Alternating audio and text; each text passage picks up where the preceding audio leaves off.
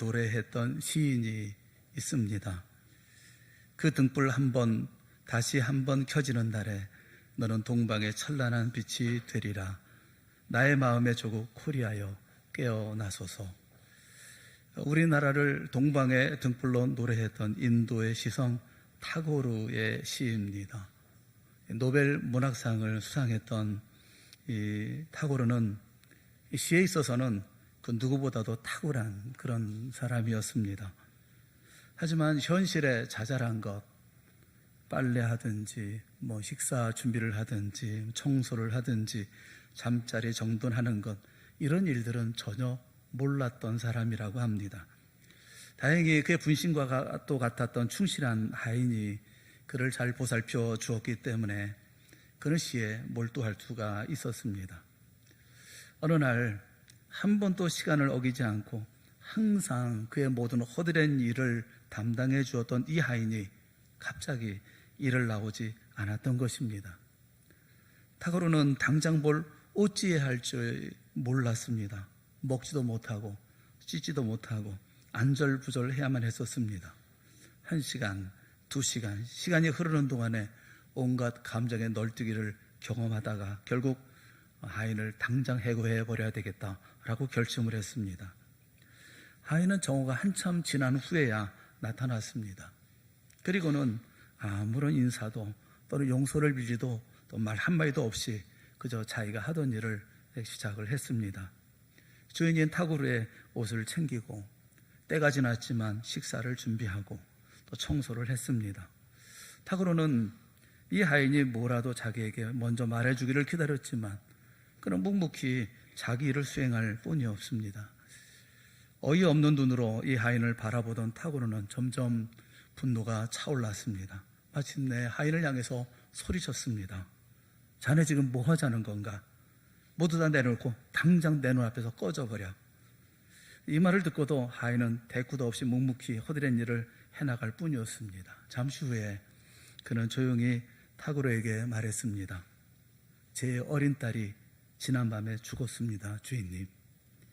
그리고 그 하인은 하던 일을 계속 해나갔습니다.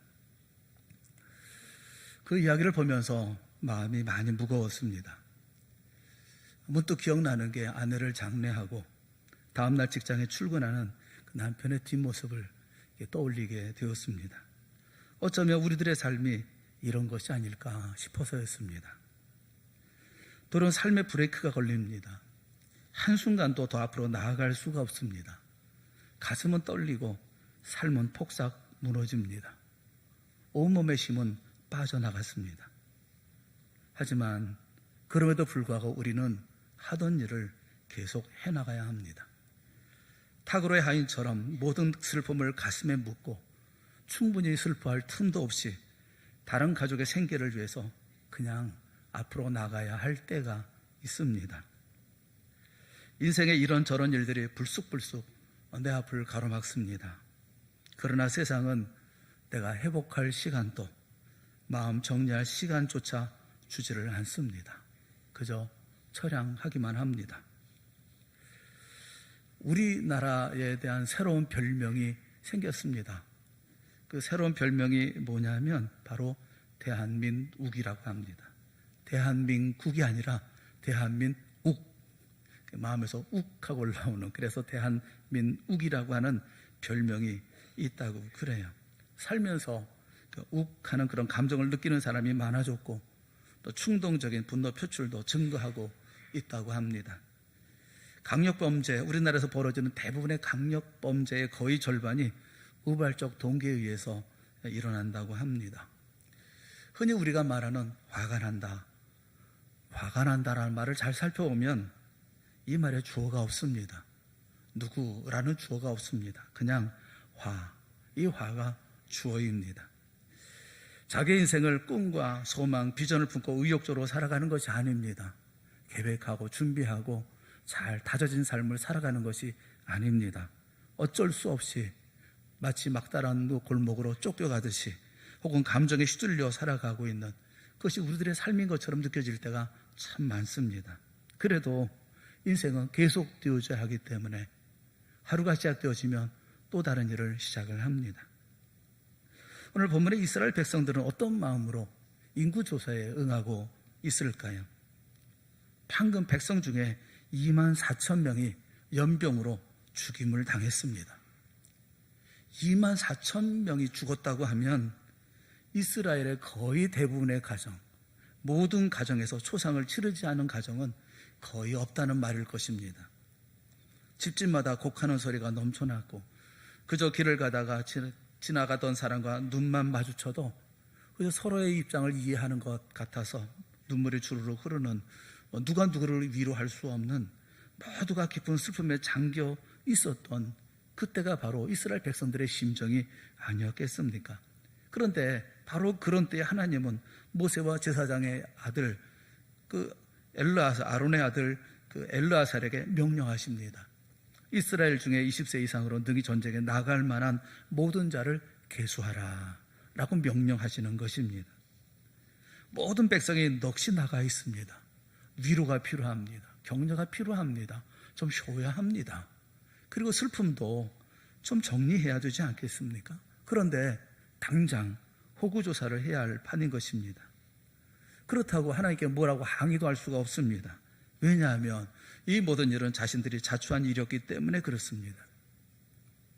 이 일의 전후사정을 알려고 하면 22장 성경을 거슬러 올라가 봐야 우리가 찾아서 그 내용을 알 수가 있습니다. 가나안에 들어온 이스라엘을 두려워했던 모압 왕이었던 발락이 발람을 초청합니다. 이스라엘을 저주해달라는 것입니다. 그런데 하나님은 이 발람에게 저주를 허락하지 않으십니다. 결국 발락도 발람도 아무것도 이스라엘 백성들 앞에 할 수가 없었습니다.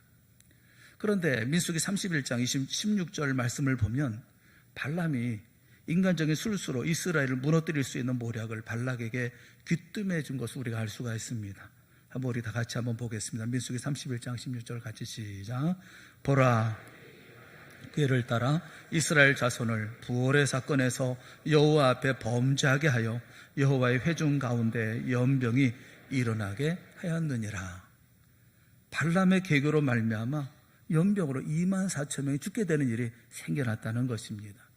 이 모략인데 그 모략이 어떤 것이냐면 모압 여자를 통해서 이스라엘을 성적으로 유혹해서 결국은 자기들의 신을 따르게 만드는 것이었습니다. 하나님은 이스라엘을 저주하고자 하는 발락의 음모로부터 이스라엘을 지켜주셨습니다. 그런데 한편 이스라엘은 이런 것들은 까맣게 잊어버리고 알지도 못한 채 이방 여인들에게 빠졌고 또 그녀들의 신인 바알에게 빠져버리고 말았습니다. 결국 하나님의 진노를 받아서 연병으로 2만 4천 명이 한꺼번에 죽는 일이 벌어졌던 것입니다. 만약에 비느하스에 하나님을 향한 열심마저 없었다고 한다면 이스라엘은 아마 이 사건을 마지막으로 지면에서 사라져버리고 말았을 것입니다. 이 큰 사건 직후 오늘 본문이 말씀하고 있는 바와 같이 연병 후에 하나님은 모세와 엘르아살에게 인구조사를 명령하십니다. 이스라엘로 하여금 가나안 정복전쟁을 수행하도록 하기 위해서 이 20세 이상의 이스라엘 백성들의 수를 계수하라라고 말씀합니다. 비록 내 잘못 때문이기는 하지만 지금은 좀 정신을 차리고 숨을 좀 돌리고 또 신앙도 회복하고 가족의 모든 장례도 다 마치고 또 회복해야 할 때가 아닙니까? 몰아가시는 하나님이 너무 야속하다 그런 생각이 듭니다. 그래서 말씀을 계속해서 읽어 나가면서 깜짝 놀랐습니다.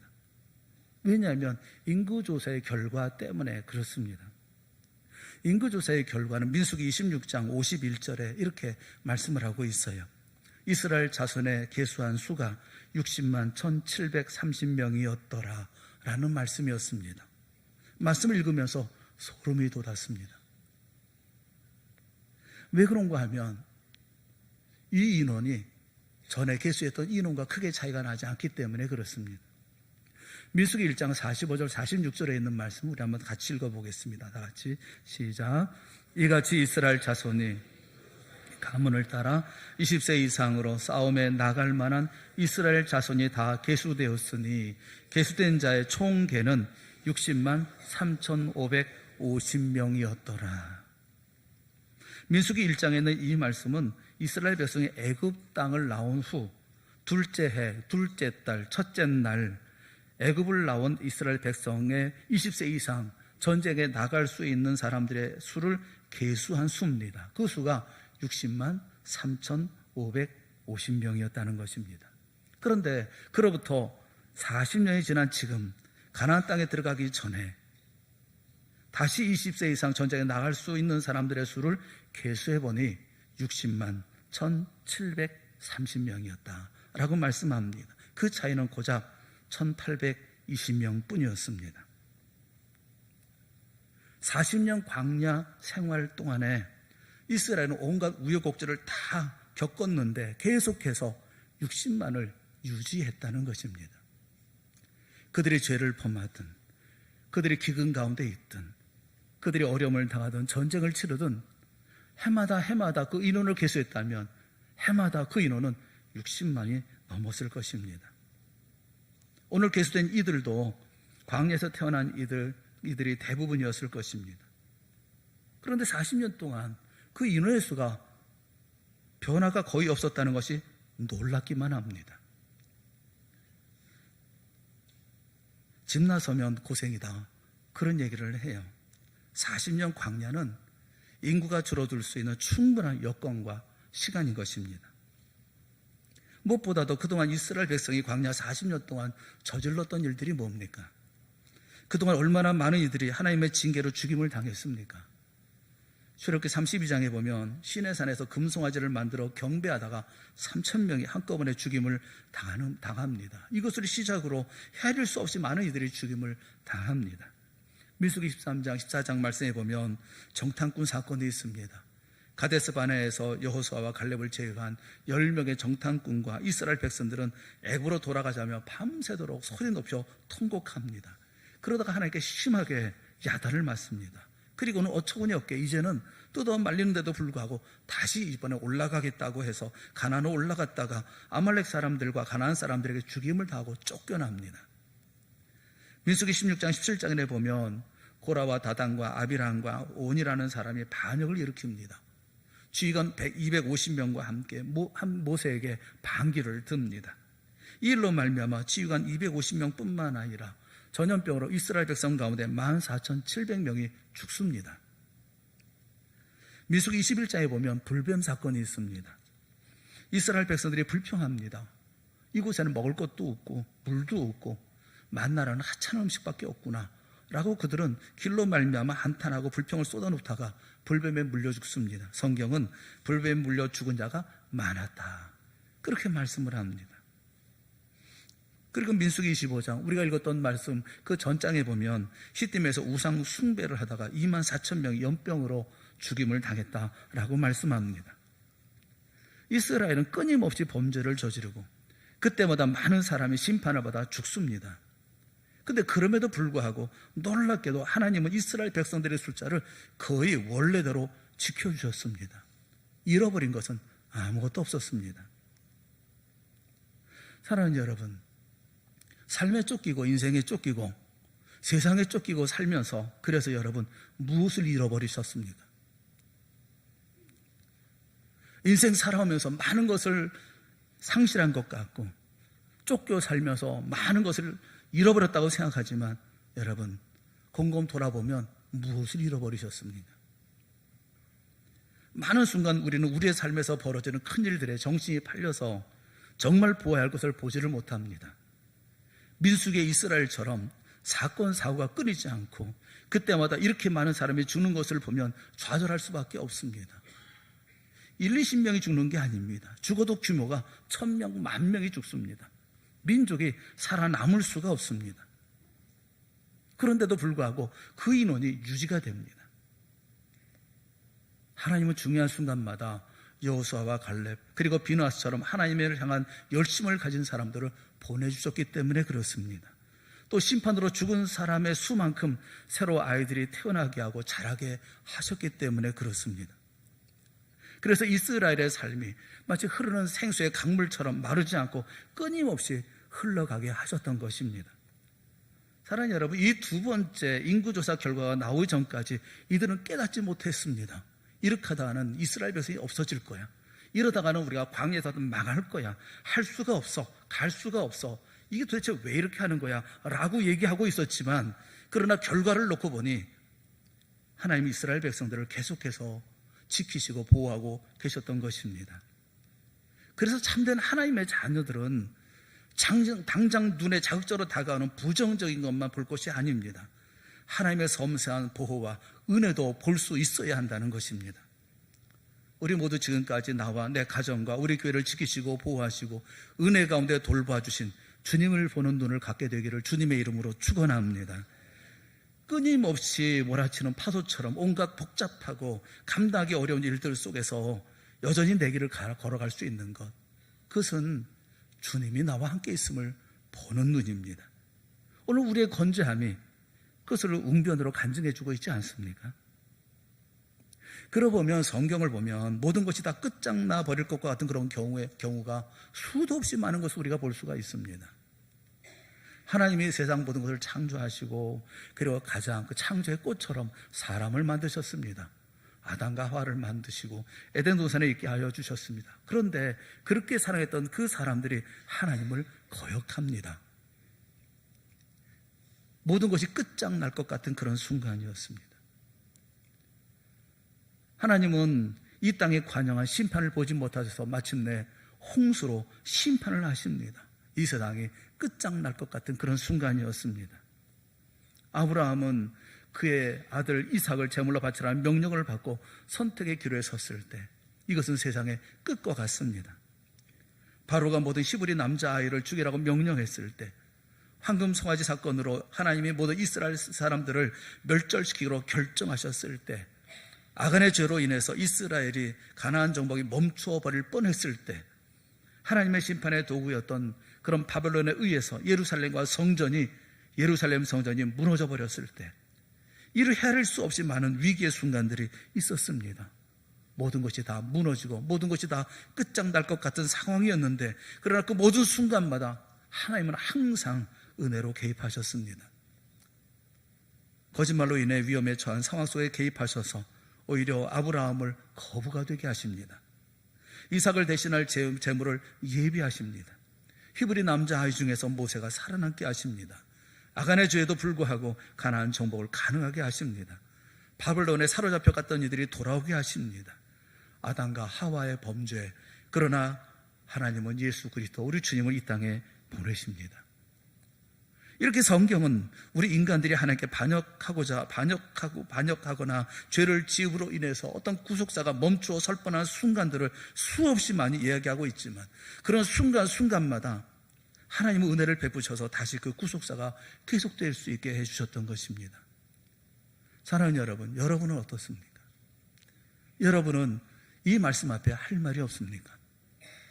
내 인생의 끝장을 볼 수밖에 없던 상황, 내 인생의 마지막 좌절의 절망의 그 낭떠러지 끝에 서 있었던 순간, 길을 열어주신 분이 누구입니까? 내 손을 붙잡아 주신 분이 누구입니까? 오늘의 내가 있게 하신 분이 누구입니까? 이것이 성경만의 말씀이고 이것이 이스라엘 백성들만의 문제입니까? 오늘 우리가 여기까지 있게 되어진 이유는 무엇입니까? 우리 민족 공동체가 어두운 골짜기를 통과해야 하는 순간들도 많이 있었습니다. 우리 민족은 유달리 많은 고난과 시련을 겪었습니다. 조선 선조 때 임진왜란으로 일본에게 6년여 동안 유린되고 국토가 유린되고 파괴당했습니다. 그럼에도 정신 못 차린 우리나라, 인조 때 다시 청나라의 침략을 받아 불과 3개월 만에 강화도와 남한산성이 함락되고 삼전도에서 굴욕적인 항복을 합니다. 양민 60만 명이 포로로 끌려가는 수욕을 당합니다. 그래도 조공을 바치면서 국가의 자주권만을 유지하던 이 민족이 아예 국가의 자주권을 상실하고 나라도 국토도 이름도 빼앗겨버립니다. 1910년 경술 국치로 나라를 일제의 찬탈을 당한 것입니다. 이후로 우리나라에는 조선 총독부가 주둔하고 우리는 식민지 백성이 되어져 36년간 일본의 지배를 받아야 했습니다. 이 시기가 우리 민족사의 가장 큰 환란의 때였습니다. 그런데 역사의 역설은 일제 침략의 검은 손이 이 땅에 뻗쳐오던 바로 그 시간에 예수 그리스도의 복음이 조선 땅에 전파가 되고 교회가 세워지기 시작했다는 사실입니다. 위대한 설교자 조지 트루엣 목사님은 이런 얘기를 했어요. 하나님의 뜻 안에서는 실패가 없다. 하나님의 뜻 안에서는 실패가 없다. 그러나 하나님의 뜻을 떠나서는 성공도 없다. 사랑하는 여러분, 타고르에게 있었던 그 타고르의 예, 그 다음에 하나님의 역사 사이에 있는 중대한 차이점을 여러분 인식해야 합니다. 타고르의 이야기는 인생 수레바퀴의 이야기입니다. 이 인생의 수레바퀴를 굴리는 존재는 인간 자신입니다. 가슴이 무너져도, 삶이 망가져도, 기진맥진해도 인생을 굴려가야 하는 것은 우리 자신이고 우리 스스로 우리 인생인 것입니다. 그런데 성경의 구속사의 이야기는 우리가 굴리는 것이 아닙니다. 우리의 범죄와 죄악으로 말미암아 멈출 뻔한 우리 인생의 수레바퀴를 주님이 다시 굴러가게 하시는 것입니다. 전능자이고 역사의 주인이신 그분이 이 굴리는 수레바퀴는 방향이 정해져 있고 도는 한 바퀴 한 바퀴가 다 의미가 있게 굴러왔었던 것입니다. 그래서 오늘 우리가 여기까지 오게 되어진 것입니다. 우리는 결코 혼자 오지 않습니다. 우리는 결코 혼자 일하지 않았습니다. 우리는 결코 혼자 인생의 삶을 살아오지 않았습니다. 말레이시아에서 선교하고 있는 남택수 선교사님이 대학원 저하고 대학원 동기인데 동기방에 문자가 지난 금요일 날 떴습니다. 문자가 왔는데 그 문자에 남택수 선교사님 그 어머님이 돌아가셨다는 그런 문자가 왔습니다. 금요 기도회 후에 제가 그 남목사님한테 전화를 드렸습니다. 장례가 오늘 났다고 그러는데 해서 궁금해서 전화를 드렸더니 지금 쿠알라룸푸르 그 공항에 와 있다. 지금 비행기를 기다리는 중이다. 비행기가 타고 가야 되는데 좀 기다려야 될 것 같다. 그리고 급하게 티켓을 연락을 받자마자 티켓을 이제 구입을 했다 얘기하면서 그 에어아시아를 타고 아침 8시 반에 8시 20분에 도착한다. 그런 얘기를 해서 금요일 날 기도회 마친 후였고 그리고 또 토요일 날 또 제가 할 수가 없고 주일 날 예배 마치고 난 다음에 그 다음에 내가 갈게 이러면서 전화를 다 끊었는데 그리고 끊고 난 다음에 밤새 마음이 편치를 않은 것입니다. 인천공항에 오게 되어지면 이 친구 오게 되어지면 그건 누가 데리러 갈 건지 장례식장에 누가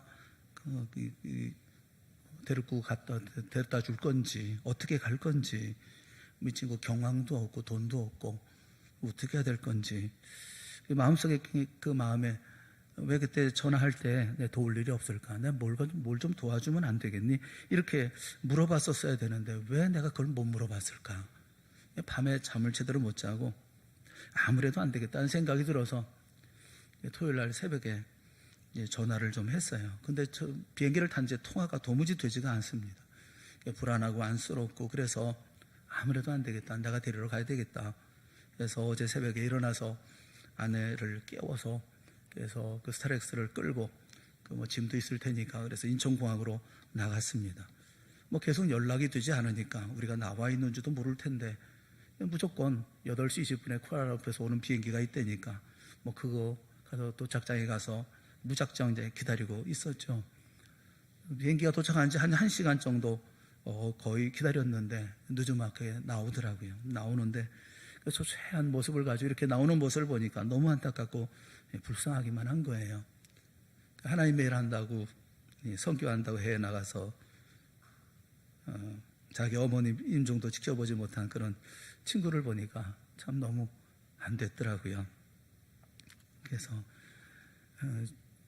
그런데 저희가 기다리고 있는 저희 부부를 보고 선교사 부부가 너무너무 감격스러워하는 거예요. 와서 어떻게 나왔냐 그러면서 손을 잡고 또 부둥켜 안고 그러더라고요. 그렇지 않아도 어떻게 하나 걱정하고 있었던 참이었다 이러면서 마침 가족 가운데 어렵게 차를 가지고 나온 분이 계셔서 공항에서 헤어지기는 했지만 그래도 그 친구에게 조금은 위로가 되지 않았나 하는 생각이 들어서 그저 고맙더라고요. 이 친구는 제게 힘이 되는 친구입니다. 저도 남선교사 위해서 기도하지만 그도 저를 위해서 늘 기도해주는 그런 친구죠. 제가 그에게 조금이라도 힘이 좀 되고 위로가 됐다고 한다면 참 감사한 일인 거예요. 돌아보면서 참 너무 감사했어요. 주님은 늘 좋은 사람 준비하셔서 어려운 일이 있을 때 함께 헤쳐나가도록 하시는데 마음에 친구가 있어서 또 내가 그에게 도움이 좀 되어줘서 위로가 될 수 있어서 참 감사했다 하면서 이런 마음이 들더라고요. 우리는 결코 혼자 일을 해본 적이 없지 그런 생각이 들더라고요.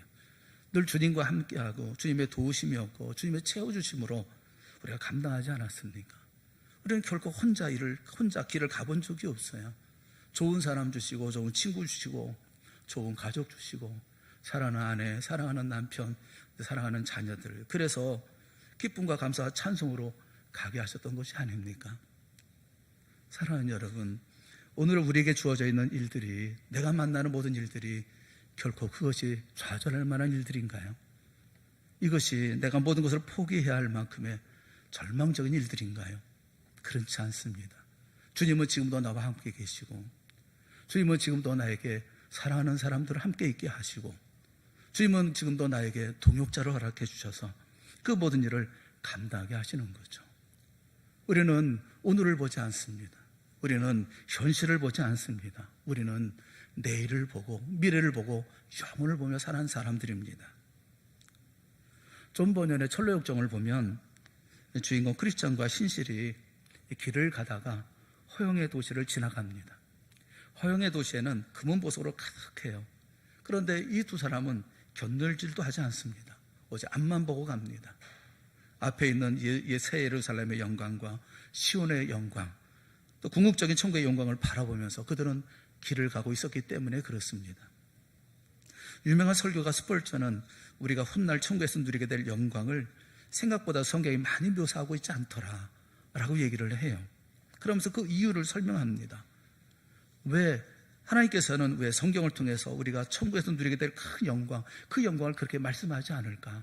왜냐하면 하나님은 천국을 성도들을 위해서 깜짝 선물로 준비해 주셨기 때문에, 서프라이즈로 깜짝 놀라는 선물로 준비하셨기 때문에, 그래서 하나님 이렇게 많이 말씀하지 않고 계시다라고 그분은 그렇게 설명을 해요. 사랑하는 여러분, 주님께서 우리에게 베푸신 놀라운 은혜의 자리에 가게 될 때 우리는 깜짝 놀라게 될 줄로 믿습니다. 하나님의 역사의 손길 가운데 우리가 붙잡힌 바 된 삶이 얼마나 행복하고 얼마나 감사한 삶이었는가를 우리는 바라보면서 하나님 앞에 감사와 찬송을 돌리게 되어질 줄로 믿습니다. 그러므로 성도 여러분, 희망을 가지십시오. 소망을 가지십시오. 기대를 가지십시오. 이런 일 저런 일로 말미암아 멈추지 마십시오. 손 놓지 마십시오. 포기하지 말고 불평하지 말고 원망도 하지 말고 탄식도 말고 한숨도 마십시오. 혹시 현재 여러분의 인생 수레바퀴가 멈출 것 같은 위기의 순간이 있다 할지라도 여러분 걱정하지 마십시오. 인생이 중단될 것 같은 좌절의 순간에도 여러분 염려하지 마십시오. 우리에게는 인생 무대가 계속되도록 역사하시는 분이 계시기 때문에 그렇습니다. 우리를 지키시는 분이 계십니다. 혹시 우리가 우리 인생을 망쳐서 중단할 것 같은 그런 상황이라 할지라도 그 모든 것을 수습하시고 다시 계속해서 진행하게 해주시는 분이 우리에게 계시기 때문에 그렇습니다. 하나님이 멈추지 않으면 우리의 인생도, 우리의 가정도, 우리의 교회도 멈추지 않습니다. 그렇게 사랑하는 여러분, 하나님 우리 인생의 주인이고 감독이신 한 우리는 앞으로 나아가야 하는 것입니다. 어쩔 수 없이 나가는 것이 아니라 감사하며 찬송하며 나아가야 하는 것입니다. 앞이 아득하고 내일을 알 수가 없습니까? 그래서 오늘의 자리 가운데 좌절하고 절망하고 어찌해야 될지 방황합니까? 걱정하지 마십시오. 주님께서 채워가시고 채워주셔서 오늘까지 있었고 앞으로도 채워가시며 그 길을 걸어가게 해 주실 것입니다. 이스라엘 백성들은 광야 40년 동안 수없이 많은 어려움을 당했지만 그들의 인원은 변하지 않았습니다. 60만이나 되는 모든 인원들이 그대로 가나안 땅에 들어갈 때까지 20세 이상 된 모든 이들이 60만이 넘는 그 인원을 가지고 가나안 땅에 들어갈 수가 있었습니다. 우리도 그리 가게 되어질 줄로 믿습니다. 2019년 새해의 가구가 퇴색되어져 가고 있는 것 같습니다. 그러나 장애물이 무엇이든 우리는 잃어버릴 것이 없습니다. 여전한 주님의 은혜가 시시각각 속속들이 채워주고 계시고 채워가실 것이기 때문에 그렇습니다. 용기 내시고 힘내시고 그리고 주님과 함께 믿음의 삶을 살아갈 때 오직 내게 주신 힘으로 감사하며 찬송하며 주의 나라 만들어가는 우리 모두가 다 되어질 수 있기를 주님의 이름으로 축원합니다. 기도하겠습니다. 사랑의 하나님 아버지, 우리 사랑하는 성도들을 기억하여 주시옵시고 은혜를 베풀어 주시옵소서. 눈 열어 나와 함께 계시는 주님을 보게 하여 주시옵소서. 어떤 자리 어떤 상황이라 할지라도 이 일들을 통하여 하나님께서 우리에게 복되게 하여 주실 줄을 믿습니다. 좌절의 장소가 아니라, 절망의 장소가 아니라, 또 모든 것을 포기해야 할 장소가 아니라 다시 꿈을 갖고 다시 비전을 품고 다시 힘을 내고 용기를 내게 하는 자리로 우리를 인도하여 주실 줄을 믿습니다. 멈추어 서지 않게 하시고 계속 앞을 향하여 믿음으로 전진해 나가는 우리 동산교회가 되게 하시고 사랑하는 모든 성도들이 되어질 수 있도록 이 시간 큰 은혜 베풀어 주시옵소서. 예수님의 이름으로 기도드리옵나이다. 아멘. 우리 다 같이 자리에서 일어나셔서 우리 찬송하겠습니다.